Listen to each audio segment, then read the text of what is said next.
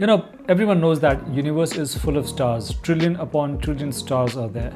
And more than half of them are actually binary stars, two-star system, wherein two stars actually rotate around each other.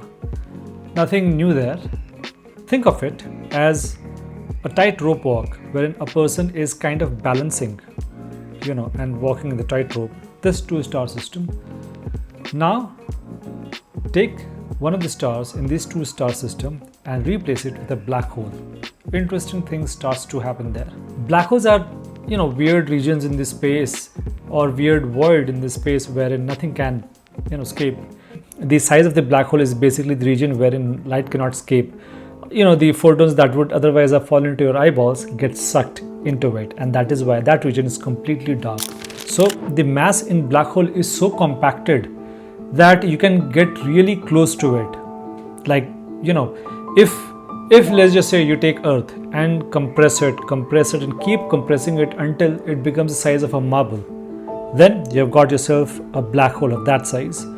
But if you were standing away from this marble at about 6,400 kilometers, you'll be fine. You'll feel exactly the same gravity as you feel on Earth, standing on Earth. The difference between this marble and Earth would be that Earth's mass is fairly spread out, but here it's not that. It is compacted in such a small space. That means that anyone can get very close to it, and different things will happen if you get close to Earth and close to a marble-sized black hole. When you get closer to Earth, closer to the center of the Earth, you'll find yourself being pulled in all directions. But if you get closer to a marble-sized black hole, well, you'll be what is called as spaghettified. You'll be torn into pieces and then sucked right into it. V404 system in Cygni B. This system has a black hole and a star. Now that star, which is near about the size of Sun, is actually too close to the black hole, and that is why all the gas in the star is getting sucked into black hole. It rotates the black hole at near the speed of light, all the gases, and it generates so much energy that scientists have seen X-ray burst from it. The last X-ray burst was seen in 2015. Now, but here's the interesting part. The most interesting part about this black hole and a star system is that the scientists from MIT and Caltech has seen a third star, and that third star is millions and million kilometers away from this system, but still it is the part of that system.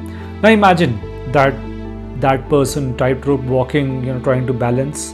Now imagine that there is an observer, watching this entire event, but that observer is sitting far off, but still that observer is part of this system. If you compress the mass of Sun to about 20 kilometers wide, you'll have a black hole.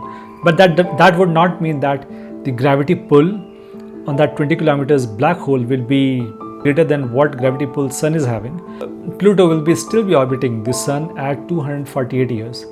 But in this system, the black hole, which is about 10 times the solar masses, there's a third star which is orbiting this system, and it is orbiting at 70,000 Earth years. 70,000. So what do you think of this third star orbiting this star from that far? Is it possible? Was it incorrect observation, or what could be the reason behind it? Put your thoughts in the comment section, and I'll see you next time around. Bye bye.